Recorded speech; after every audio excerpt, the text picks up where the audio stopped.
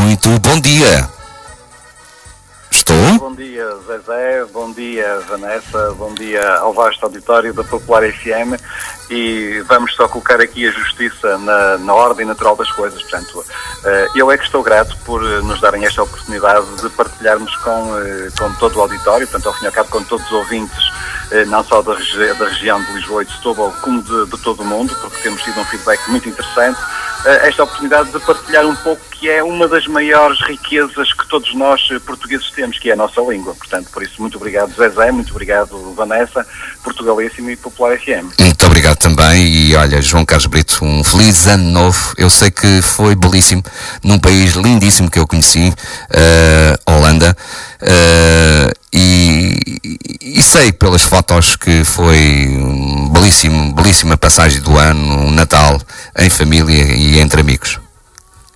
Sim, portanto, é verdade. É de facto um país que vale a pena visitar. E eu posso apenas dizer que é um país quase tão bonito, mas quase tão bonito como Portugal. Portanto, vale mesmo a pena. E é um portista que diz, hein? Sim, também. Não, mas é verdade. Não queremos só para nós, Portugal. Holanda é espetacular. Sim. Mas já que falam um pouco de futebol, não é? Temos hoje um grande duelo, o duelo de Sportings, não é? O de Braga e o Sporting Clube Portugal.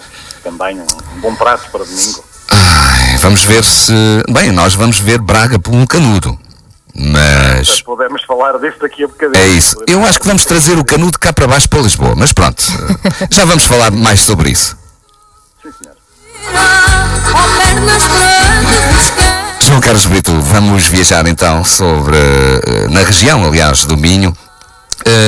Há interesse pela diversidade da linguística regional? É de facto, é um tema muito interessante, e eu fiquei extremamente surpreendido, não é? Fiquei, aliás, completamente atónito quando, numa pequena deslocação de 40, 50 km, me apercebi, portanto, que numa cidade muito próxima, portanto, estamos a falar de Porto, de Braga, não é? Portanto, de Aveiro, havia muitas palavras e muitas expressões que eu sempre utilizei e que as pessoas não percebiam. Portanto, achei de facto que esta diversidade é algo de muito interessante e que muitas das vezes nós não registramos devidamente. Portanto, reconhece oficialmente a diversidade de variantes da língua, não é? Ou não? Bom, isto é uma matéria muito pantanosa.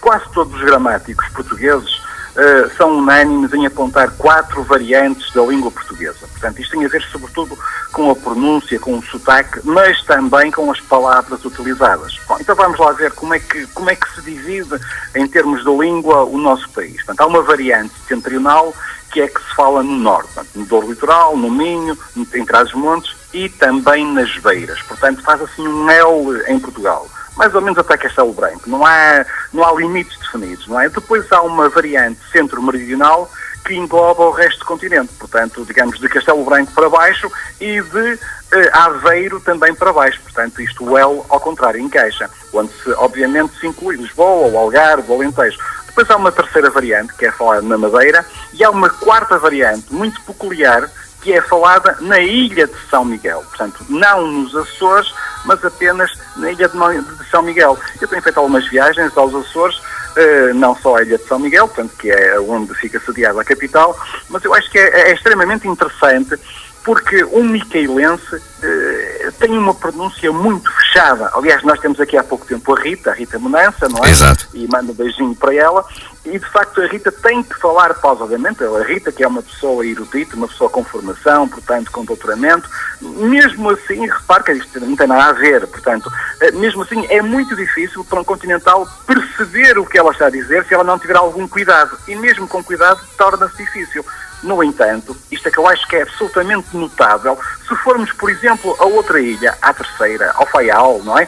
Quer dizer, o que nós encontramos é uma linguagem perfeitamente idêntica àquela que se fala, por exemplo, em Lisboa. Portanto, é muito, muito interessante esta... Portanto, vamos lá ver... Sim. Torna ou engrandece e enriquece também este país que é, sem dúvida, Portugal, não é? Claro que sim, claro que sim. Depois temos este facto que a língua não conhece limitações geográficas, não é? Portanto, não tem barreiras, não tem muralhas. E a língua faz-se pelas trocas. Portanto, todos nós somos portadores, não é? De um património que vamos trocando com os outros falantes. Podemos dizer, por exemplo, que os falantes do Minho têm a sua marca no epicentro, portanto, que será Braga, não é? Exato. Mas o que é que acontece? Portanto, fruto das muitas trocas, das muitas influências, os bracarenses deixaram influências e também sofreram influências num espaço geográfico que, à medida que se vai afastando, vai perdendo ascendência. Ou seja, o que se fala em Viana do Castelo já sofre muito mais influência, naturalmente, do norte da Galiza, portanto, do norte de Espanha, do que propriamente do Porto, não é? Portanto, há aqui um fenómeno muito interessante e que, sinceramente, eu sou um apaixonado pela língua e por estas particularidades. E ao longo de toda a minha vida, eu tenho vindo a colecionar palavras e expressões. Exato. Sim, quer dizer, enquanto alguns colecionam cromos, selos ou borboletas, a minha paixão foi sempre a palavra. Portanto, não propriamente na sua componente fonética, ou seja, nos sotaques, que também é muito interessante, mas sei pouco sobre isso. Agora, a mim o que me interessa é a parte da grafia, a parte das palavras. Interessa-me registar as histórias que as palavras nos contam, não é? Em termos de etimologia, a etimologia é a história da formação das palavras, como é que elas vão evoluindo, por via erudita, por via popular, as diversas corrupções que sofreram.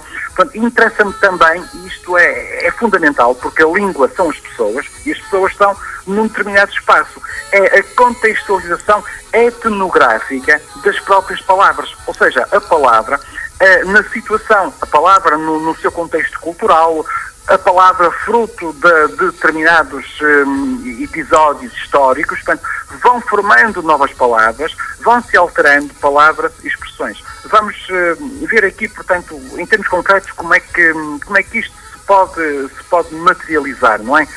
Há pouco a ouvinte falava de um beco, não é? Um beco que não é um beco, é uma rua muito estreita. Exato. Repara, no Porto há uma rua muito estreita, é a rua mais estreita da cidade, é a rua Afonso Martins Velho.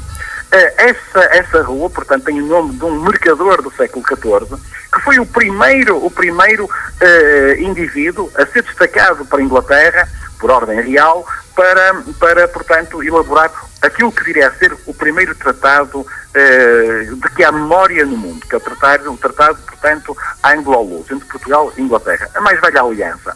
Acontece que esse senhor, o Afonso Martins Velho, esse que dá nome justamente à rua mais pequenina do Porto, conseguiu umas condições tão boas, tão vantajosas, que muitas pessoas começaram a dizer fulano é esperto como o alho, o Afonso Martins Velho. Portanto, repare que as palavras nascem fruto de determinados contextos históricos. Exatamente. É interessantíssimo, pelo menos para mim, não é? Claro, e para todos nós. Trabalho publicado sobre esta matéria. Bom, em 2009, num trabalho de formação, como disse, portanto, e eu também sou professor, eu publiquei um primeiro registro escrito dos Falares do Porto. Portanto, era um glossário, ainda muito incompleto, mas que tinha, sem dúvida, o mérito de ser o primeiro registro escrito sobre esta temática. Portanto, nunca ninguém se tinha preocupado, em termos escritos, de reunir, de estudar estas palavras. Portanto. E, a partir daí, nasceu uma coleção, que é a coleção Heróis à Moda de. Exato. Este primeiro volume, Heróis à Moda do Porto, foi publicado em 2010, no início de 2010. Depois disso, e até hoje, portanto, estou a coordenar uma equipa que terá à volta de 120 pessoas que trabalham diretamente, e não só, que vão colaborando, que vão dando contributos, não é? E de forma direta ou indireta vão enriquecendo esta obra coletiva que é, portanto, a obra Heróis à Moda de. Já publicamos Heróis à Moda do Porto, da Madeira, do Alentejo, de Lisboa, do Minho, de Trás-os-Montes, portanto, e assim sucessivamente. Há de terminar com um grande dicionário dos falares marginais. Claro. Meios e instrumentos utilizados para a pesquisa? Em primeiro lugar, portanto, são milhares de horas a ouvir diretamente as pessoas. Isto é fundamental, é ouvirmos as pessoas, não é? Portanto, e sobretudo as pessoas mais antigas, porque, como dizia o Dom Manuel Martins, não é? O Bispo Emérito de Setúbal, dizia ele que sempre que morre um velho é uma biblioteca que arde. E nem sempre nós temos possibilidade de recuperar e de revitalizar essas bibliotecas. Então, há muitas horas a ouvir as pessoas mais antigas, sobretudo, isto é muito importante, pessoas ligadas a determinadas atividades e profissões. Por exemplo, ligadas à área do pão, à panificação, à pesca, à agricultura, porque o nosso país é um país de tradição agrícola, não é? À metalurgia, ou seja, estas pessoas possuem um registro de vocabulário que, naturalmente, fruto da evolução dos tempos, pode cair. Aliás, muitas dessas palavras e expressões já caíram em desuso, quer dizer que deixaram de se usar. Essa é, obviamente, a principal ferramenta. Exato. Depois, claro, há a leitura de toda a bibliografia disponível, em ensaio ou ficção, portanto, nomeadamente em relação a Lisboa, como não havia nada também publicado, o que nós fizemos foi ler autores como Mário Zambojal, como Batista Bastos, não é? Portanto, autores que se integram bem naquela boémia, não é? Naquela gíria do lisboeta, do malandrinho lisboeta. Exato. Portanto, essas fontes bibliográficas, esses romances são também muito interessantes. Pronto, e basicamente, portanto, depois já também a consulta direta a determinados especialistas. Há muitas ferramentas que são utilizadas. As principais dificuldades deste trabalho? Se é que houve, não sei. É muito complicado, há muitas dificuldades, há muitos desafios, não é? Vamos ver. Como é que nós podemos afirmar perentoriamente que a palavra X ou a palavra Y é propriedade de um falante, neste caso do Minho? É muito difícil, não é? Quer dizer, aliás, há até dificuldade, uma grande dificuldade em delimitar geograficamente e não só o que é um falante do Minho, o que é um falante do Porto, o que é um falante de Lisboa, o que é um falante do Alentejo. Portanto, porque as pessoas têm constantes fluxos migratórios. Portanto, as pessoas estão em constante permuta. Então é muito difícil dizer que a palavra X, a palavra A, a palavra B é mesmo propriedade de um determinado grupo de falantes. É verdade, como eu disse há pouco, há palavras que, pela sua formação histórica, socialmente, nos indicam que quase certeza nasceram de uma determinada região. É o caso da expressão que vimos há pouco do fino como um alho. Portanto, fino como um alho, sendo o alho do Porto, portanto, muito provavelmente terá nascido junto do Porto. Teria sido uma forma dos próprios portuenses se afirmarem um motivo de orgulho. O alho, o Afonso Martins Alho, esse grande negociador é do Porto, não é? Quer dizer, quem nos era a nós, agora, não é? Numa altura tão difícil para nós, em termos de contexto europeu e mundial, ter aí meia dúzia de Afonso Martins Alho, que fossem lá fora e que fizessem uns bons negócios para nós. Nós temos o contrário, não é? Exato. Nós temos uns salgados e uns azedos e cada vez mais vão desbaratando o nosso património, não é? Claro. Pronto, mas isso aí já são outras histórias. O que é que nós temos que fazer? Nós temos, portanto, primeiro que registar os termos que são de provável origem, neste caso, do Minho. Depois, há palavras e expressões que, não sendo provavelmente oriundas do Minho, foram assimiladas, não é? Foram sendo tomadas também como suas há muitos anos pelos falantes. Exato. Que as acrescentaram ao seu léxico, ou seja, não sendo originalmente suas, passaram também a ser. Depois há um terceiro grupo, não é? Que são palavras recentes, que são utilizadas por grupos específicos. São as gírias, que também entram na região. Temos, por exemplo, os estudantes que criaram uma nova gíria, não é? E essa gíria não é uma gíria global, é uma gíria local. Depois, há um quarto grupo, que são as referências históricas a factos, a locais e a personalidades. Portanto, cujo registro é comumente tomado por um conceito ligado ao Minho. Todas estas entradas, não é, se enquadram num registro linguístico marginal. E isso sim, portanto, aqui é verdade, integramos o calão, integramos as gírias, os regionalismos, as expressões populares, as adulterações gráficas ou fonéticas e também os idiomatismos. Aliás, se arrasta tudo, a cultura, a história de um povo.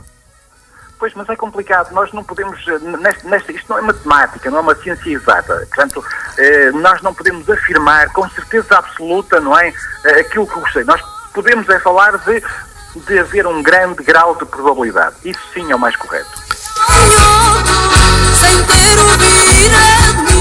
Professor Carlos Brito, estamos e vamos falar e continuar, estamos quase na parte final da nossa viagem, nos Desentendemos, Espaço 2 do Minho. Como é que está organizado o livro Heróis à Moda do Minho? Bom, todos os livros tenta-se dar uma forma homogénea, uma forma, portanto, interessante, para que todas as pessoas os gostem de ler. Desde a pessoa que é analfabeta, que não podendo ler, gosta que lhe leiam, não é? E gosta de relembrar aquelas palavras antigas, aquelas expressões antigas, até aos mais eruditos, portanto. E a vantagem que terá esta coleção é que é transversal, portanto, é uma coleção que é lida e é, portanto, digamos, considerada desde os meios mais populares aos meios académicos mais eruditos. Aliás, a coleção é estudada em várias faculdades, não só em Portugal, como em Bolonha, na Extremadura, em Espanha, portanto, acaba por ter algum valor. Os Heróis à Moda do Minho, portanto, foi um convite que eu fiz a alguns autores, portanto, de vários pontos geográficos do Minho, o que é que se pediu? Pediu-se que fizessem a recriação de episódios históricos e lendas relevantes para o Minho. Naturalmente, portanto, falando da história da Batalha de São Mamé, da batalha entre Dom Afonso Henriques e a sua mãe, não é? Portanto, que foi quase que adulterada, assassinada por um autor de Guimarães, dos lenços de namorados, que é uma tradição interessantíssima, sobretudo de Vila Verde, de tradições de Braga, de Viana do Castelo, a linha de Viana do Castelo, portanto, a Coca, portanto, de Monção também, que a Albertina já teve a oportunidade também aqui de contar, portanto, foi isso que nós fizemos. E, obviamente, deixando para o fim, o maior ícone do Minho e de Portugal, que é o Galo de Barcelos. Portanto, recriamos essas lendas de uma forma simpática, de uma forma divertida, portanto, é um livro que penso que está bastante bem conseguido. Alguns exemplos de regionalismo com história? Olha, não temos muito tempo, portanto, eu vou se calhar só contar dois regionalismos que parecem muito interessantes. Um deles, portanto, é a palavra penca. A penca, não é? A penca que... Será nariz, não? Toda a gente... Nariz, exatamente. A gente conhece por nariz. Vá lá, adivinhei. E então, os falantes do Norte, pois, mas não é só isso. É que para as pessoas do Norte, penca é também sinónimo de couve portuguesa. Aliás, pois é. antes de pensar em nariz, um minhoto, um transmontano ou um portuense associa penca a couve. Porque quando se vai ao mercado vai-se comprar penca, não se vai comprar couve portuguesa. Exato. João Carlos Brito, por isso é que é importante estes livros. Eu agora estou-me a relembrar que, exatamente, penca que era couve. Há muitos anos que eu vi, que agora já quase que não me lembrava. Portanto... Lá está, ouviu fruto desses fluxos migratórios, porque as pessoas agora movem-se muito mais rapidamente. Um portuense, um minhoto chega a Lisboa e vai naturalmente, até por brincadeira, às vezes pensa mesmo que penca é a palavra mais direta de couve, é penca mesmo, não há qualquer dúvida. Pronto. E então, repare, quer dizer, a grande dificuldade aqui, e muitos minhotos questionam, mas porquê é que penca é um nariz se não tem nada a ver com couve? Pois, a questão é essa, é que penca, não é? Portanto, é uma palavra de origem obscura, quer dizer que é praticamente impossível descobrir com rigor de onde é que ela vem. É uma das palavras muito complicadas. Em termos etimológicos, não se consegue atribuir uma ligação direta. Agora, o que é que nós sabemos? Portanto, que penca é uma folha grossa e carnuda de alguns vegetais. É a definição de penca. E então, por exemplo, a folha do aloé, a folha da palmeira. O que é que quer dizer? Quer dizer que a aproximação visual com o termo popular usado para designar o tal nariz é muito grande. Portanto, de facto, uma folha grossa e carnuda é muito parecida com um nariz grande e comprido. Exato. Portanto, a associação. Mas, repare, é interessante, nós, quando começamos a levantar o véu, vamos descobrindo coisas interessantes.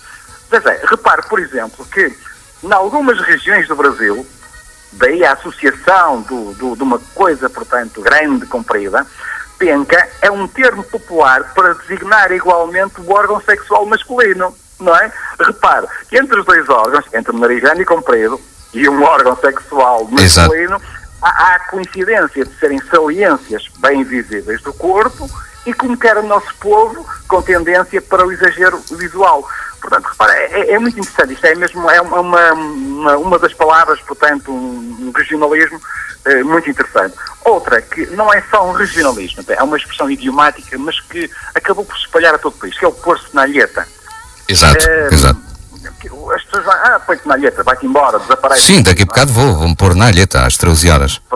Vamos todos pôr na alheta, eu também vou. Se calhar, Zezé, eu deixava esta explicação, deixava os nossos ouvintes também a pensar, que estou agora aqui a olhar para o relógio, são 12h48, portanto está mais do que na minha hora de me retirar.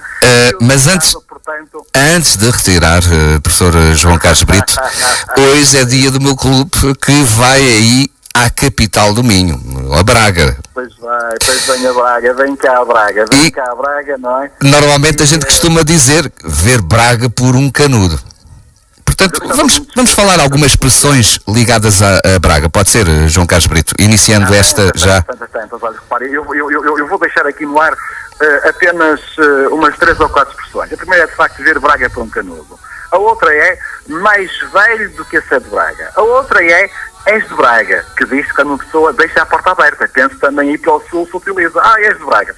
E outra interessante também, que se utiliza em todo o país, é mandar alguém abaixo de Braga. Essa não sabia. Braga, vai àquela parte, não é? Exato. Agora, o interessante disto tudo é que todas estas expressões têm uma explicação, não é? E qual delas a mais interessante, a mais apelativa? A parte mais da questão é que estamos a chegar ao final do nosso tempo e eu se calhar propunha uma exploração mais minuciosa, portanto, destas expressões, do rico vocabulário minhoto, não é? Para um próximo programa. Exato. Mas será que vamos ver Braga por um canudo do Sporting ou não? Zé, a última vez que me perguntou, que me pediu um prognóstico, eu falhei rotundamente. Fui eu que fiquei a ver Braga por um canudo quando falamos do Porto Benfica e os lisboetas vieram aqui limpar-nos o cedo, não é? Mandaram-nos abaixo de Braga com 2 bujardas, sem qualquer hipótese. Portanto, Zé, isto é um duelo de Sportings. É isso mesmo. Obviamente eu desejo-lhe felicidades porque nós, nas questões dos clubes, tal como em tudo na vida, portanto, defendemos a nossa dama em primeiro lugar, mas depois ficamos contentes com os êxitos dos clubes dos nossos amigos. Portanto, obviamente que pelo Zezé e pela Vanessa, que eu sei também que são sportinguistas, obviamente que eu desejo-lhes todo sucesso. Mas atenção que os guerreiros de Braga são muito difíceis de bater. Portanto, vai ser um bom jogo e que ganhe o melhor. É isso. E agora, mas eu também lhes digo uma coisa, vai ganhar um Sporting. Olha, professor João Carlos Brito, uma coisa é certa, vencemos uma vez mais porque foi, apesar de curto, um grande programa, cheio de cultura, cheio de histórias, cheio de tudo bom que tem Portugal e mais essencialmente nos desentendemos e viajamos através do Minho e demos a conhecer algo que é feito por alguém que faz com amor, com paixão, a este grande país que é sem dúvida Portugal. E obrigado, João Carlos Brito, por estar connosco nesta viagem. Nos desentendemos pelo Minho. Mais uma vez eu é que agradeço e vamos pôr-nos na alheta, vamos também pedir ao auditório que dê a explicação de onde é que vem essa palavra, com um até breve. E um grande abraço para si, Zezé, um beijinho para a Vanessa. Beijinho, obrigada. Obrigado e até sempre. Até sempre, João Carlos Brito, e obrigado pelo aquilo que está fazendo em prol de Portugal, em prol das expressões, dos vocábulos, do regionalismo de Portugal e também a todos os seus colaboradores. E obrigado por enriquecer também o portugalismo. Feliz domingo, bom ano, um ano muito próspero, cheio de amor, saúde e ternura. Muito obrigado, igualmente. Até sempre.